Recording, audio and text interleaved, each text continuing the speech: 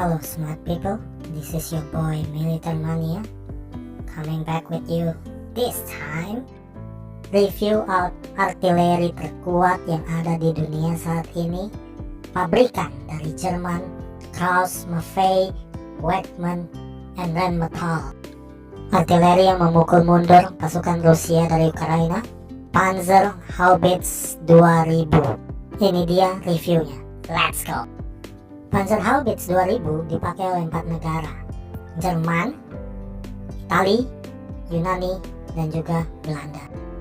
Jadi walaupun PZH ini adalah pabrikan Jerman, awal mulanya PZH 2000 diawali dari pencetusan program NATO ya, yaitu PZH 155. Waktu itu joinnya sama Inggris dan Italia.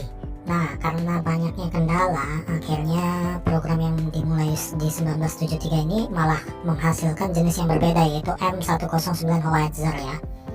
Nah, cuman karena model ini akhirnya outdated lah ya, jadi karena rusak segala macam, udah nggak sesuai teknologinya, akhirnya di 93 itu baru dikembangin nih PZH 2000 ini.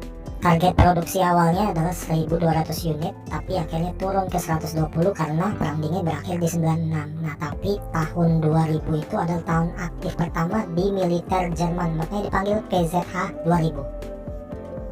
Untuk konfigurasi dari PZH ini simple ya, jadi dia mesinnya di depan, terus ada meriamnya, terus ada driver di sebelah kanan dari mesin.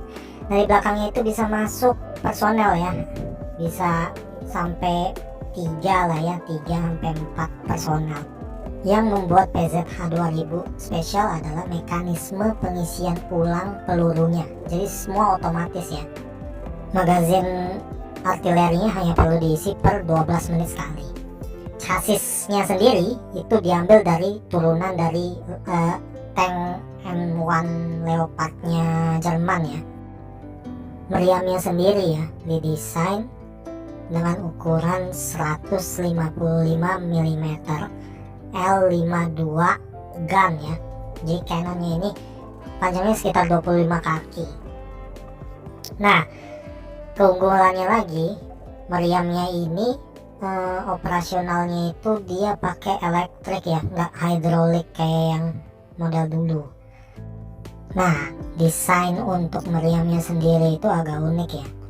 Kalau dilihat bentuknya itu kayak setengah tabung ya, setengah tabung, jadi rata di atas, rata di bawah, jadi ya kayak bagian depan belakang itu rata ya. Nah, ini mencakup 60% dari bodi chassisnya sendiri ya.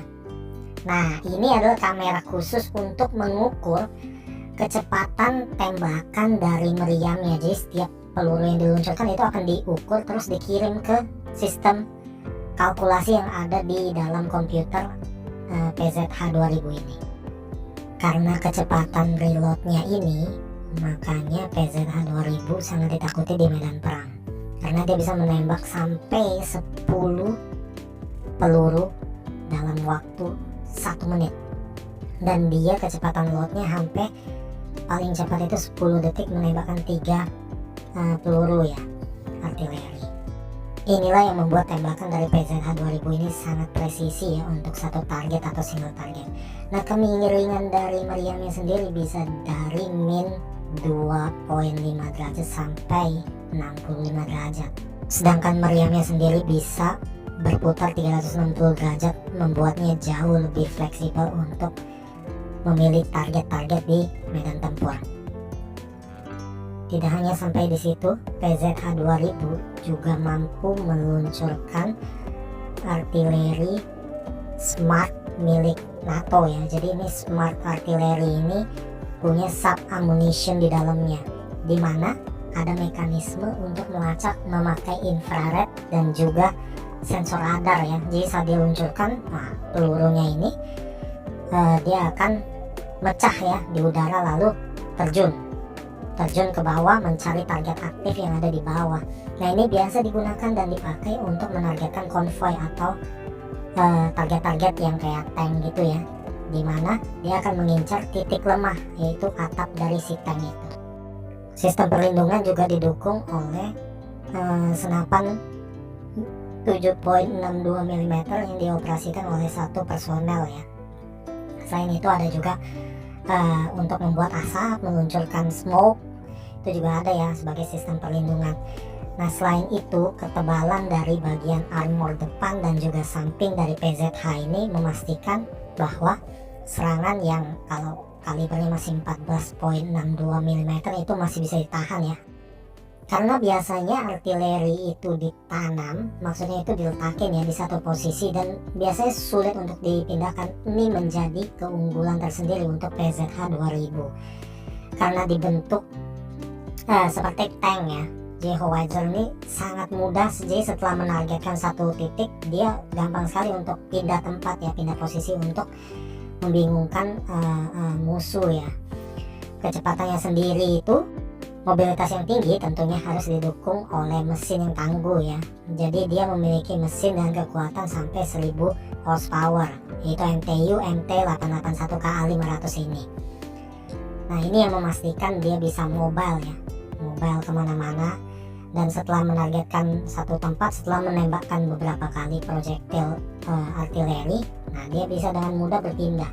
Kecepatannya sendiri off-road itu mencapai 45 km dan on-road atau jalan aspal itu bisa mencapai 60 km dengan total jarak tempuh itu 240 km.